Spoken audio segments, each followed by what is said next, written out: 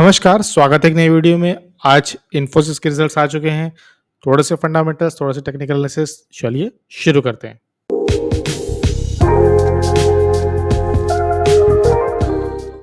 Quick snippet देख लेते हैं स्क्रीनर पे। स्क्रीनर हमको बता रहा है कि ईयर ऑन ईयर 4% का सेल्स में जंप है, EBITDA में जंप है 4%, 7% नेट प्रॉफिट में है।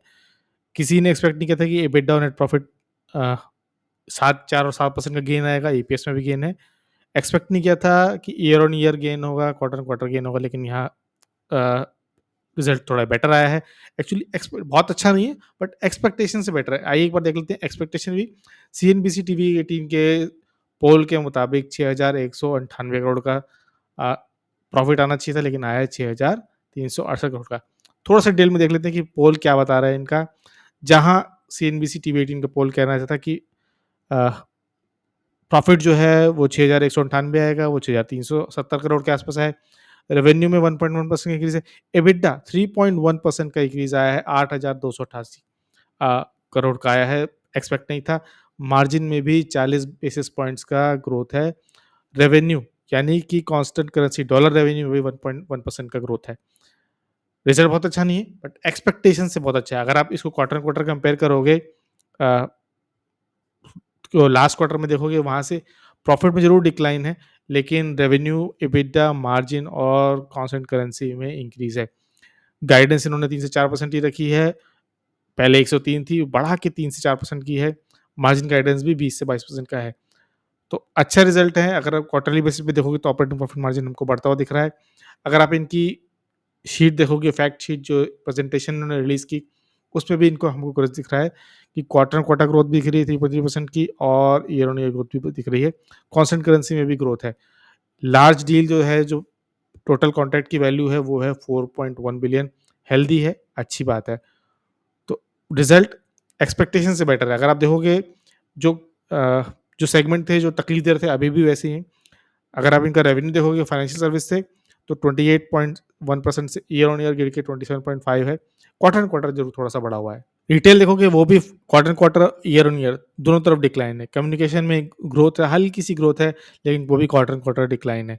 तो कहीं कोई ऐसा सेगमेंट नहीं है जो एकदम आउटशाइन करता हो, लेकिन ठीक है। अ, अगर आप ज्योग्राफी से भी देखोगे, नैम यानी नॉर्थ अमेरिका देखोगे, यहाँ भी डिक्लाइन है 60.8 से 58.9।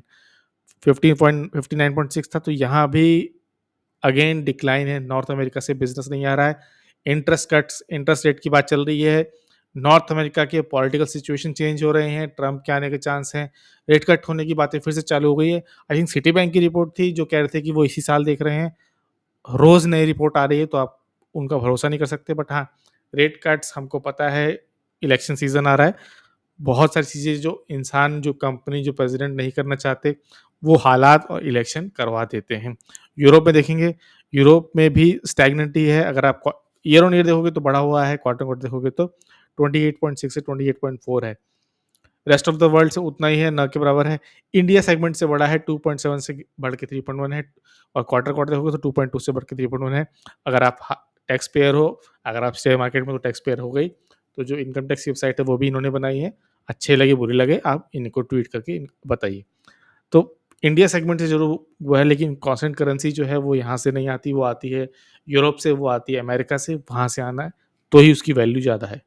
तो क्लाइंट डेटा देखेंगे, जहाँ बड़े बड़े बड़े क्लाइंट्स हैं इनके, जहाँ 100 मिलियन डॉलर प्लस के हैं, वो स्टैग्नेंट है, 40 के 40 ही। क्वार्टर क्वार्टर देखोगे 50 मिलियन में जरूर इनका बढ़ा है, 83 से 84 हो गया है, लेकिन 10 मिलियन डॉलर्स में देखोगे तो कम हो गया, 315 से 309। थोड़ा सा इंक्रीमेंट 1 मिलियन डॉलर पर। तो छोटे डील्स इनके बढ़ते जा रहे हैं। टॉप 5 क्लाइंट्स, टॉप 10 क्लाइंट्स देखोगे, अभी भी टॉप जो 20 क्लाइंट, 25 क्लाइंट्स है, वहीं से सबसे ज्यादा बिजनेस आ रहा है, 34.9%। एट्रिशन एट्रिशन देखोगे, वहाँ हल्का हल्का सा स्पाइक किया है, 12.6% से 12.7% पे पहुंच चुका है। थोड़ा सा बड़ा है, लेकिन आप देखोगे ईयर ऑन ईयर तो एक सिग्निफिकेंट अमाउंट का डिक्लाइन जरूर है, लेकिन क्वार्टर एंड क्वार्टर इंक्रीज कर रहा है। ये भी हमको ध्यान देने वाली बात है। तो सलील पारेख जो सीईओ और एमडी हैं, वो खुश है अपने रिजल्ट से। उन्होंने स्टेटमेंट दिया था कि वो खुश हैं, मार्जिन थोड़े से बढ़ते दिख रहे हैं उनको, कुछ ग्रीन शूट्स दिख रहे हैं, डील्स दिख रही हैं आती हुई, जनरेटिव एआई से भी बिजनेस आता हुआ दिख रहा है। वो भी पॉजिटिव साउंड कर रहे थे, बहुत ज़्यादा तो नहीं, लेकिन हाँ, शायद उनको कुछ विजिबिलिटी है जो हमको नहीं है। इनके जो एआई प्लेटफ़ॉर्म्स थे जेन एआई जैसे टोपाज़ और कोबाल्ट, वहाँ पर भी कुछ ट्रैक्शन ज़रूर देखने को मिल रहा है। तो मैनेजमेंट थोड़ा-सा पॉज़िटिव है, रिज़ल्ट्स एक्सपेक्टेशन से बेटर आए हैं और सबसे बड़ी बात कि इन्फोसिस का एडीआर आप देखोगे 9% अप है रिज़ल्ट के बाद। तो यूएस में इस रिज़ल्ट को बहुत पॉज़िटिव देखा जा रहा है और हम टेक्निकल एनालिसिस के लिए अगर हम चार्ट पे भी चले, तो रिज़ल्ट आने से पहले ही स्टॉक ने आज 2% का पॉज़िटिव मूवमेंट दिया था और अपने जो प्रीवियस हाई था, उससे ऊपर जा चुका है। एक क्लियर ब्रेकआउट दिख रहा है। तो आपको लग रहा है कि रिज़ल्ट आने पर आपको कुछ नया जानने को मिल गया, तो मार्केट को पहले पता रहता है। जब रिज़ल्ट अच्छा आ रहा होता है, तो पहले ही ऊपर होता है और अगर रिज़ल्ट खराब आ रहा होता है, जैसे आप यहाँ देखोगे तो पहले से ही डाउन बैठा था, यहाँ देखोगे पहले से ही नीचे आके बैठा था। तो ऐसा नहीं है कि रिज़ल्ट आने के बाद कुछ नया और अनोखा आपको मिल गया और आप दुनिया को बीट कर लोगे। मार्केट में पहले से इन्फॉर्मेशन रहती है, हम जैसे रिटेलर्स के पास सबसे लास्ट में आती है। और एक्सपेक्टेशन की बात है, देखिए ऐसा नहीं कि सीएनबीसी के एक्सपेक्टेशन से बेटर आया है या मेरे एक्सपेक्टेशन से बेटर आया है। खैर मेरी एक्सपेक्टेशन से भी बेटर आया है, लेकिन ज़रूरी नहीं है कि सबके एक्सपेक्टेशन से बेटर आए, सबके अपने-अपने एक्सपेक्टेशंस होते हैं।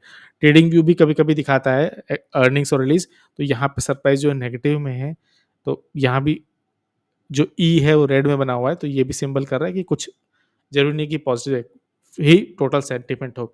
डिविडेंड कोई अनाउंस नहीं किया, तो उसके चक्कर में तो ये डिविडेंड देखना है तो एचसीएल टाइप का कंपनी दिखेगा। तो अगर आप 50 डे में और 200 डे में आप ओपन कर दोगे, तो क्लियरली एक गोल्डन क्रॉसओवर हो चुका है, जो हमको क्लियरली दिख रहा है। अगर आप प्रीवियस हाई से देखोगे, तो प्रीवियस हाई से भी ऊपर पहुँच चुका है। अगर यहाँ से आप इस तरह से एक ट्रेंड लाइन ड्रॉ कर दो, तो प्रीवियस हाई के ऊपर है, तो क्लियरली एक डेली बेस पे ब्रेकआउट दिख रहा है, वॉल्यूम के साथ दिख रहा है। हम पहले भी एनालिसिस कर चुके हैं, लेकिन मैंने पहले भी कहा था कि अच्छे कैंडल्स, अच्छे पैटर्न्स हमको वीकली बेस पे देखने को मिलते हैं। वापस वीकली बेस पे ड्रॉ कर लेते हैं। तो ये जो पिछला हाई था, इसको इसने वीकली बेस पे इसके ऊपर ही स्टार्ट किया और ये जो गैप था, ये इसने ऑलमोस्ट फिल कर दिया है जो और काफ़ी देर के बाद फिल किया है, तो अच्छी बात है। लास्ट टाइम जब हमने टीसीएस वर्सेस इन्फोसिस देखा था, तो भी मैंने कंपेयर किया था कि आप किस तरह देख रहे हो, आपके ऊपर है। आप इसको यहाँ से भी ले सकते हो कि इस तरह से एक कप और एक ये हैंडल और इस कप हैंडल का ब्रेकआउट जो है वो इसकी हाइट होगी, यही होगा। टेक्निकल बेसिस पे इसका टारगेट 2100 होगा, अगर ये कप हैंडल का ब्रेकआउट होता है, जो कि हमको क्लियरली होता हुआ दिख भी रहा है। लेकिन 2100 से पहले इसको अपने प्रीवियस हाई को बीट करना पड़ेगा। इसका जो मोटा-मोटी टारगेट होगा अगेन वो क्लियरली बेस पर जो इसका इस तरह का हाई था वहाँ होगा, तो 1900 या दो 1900 एक लेवल हो जाएगा और 2000 दूसरा लेवल हो जाएगा। तो इन 2 लेवल्स पर हमको नज़र रखनी है और वॉच आउट करना है।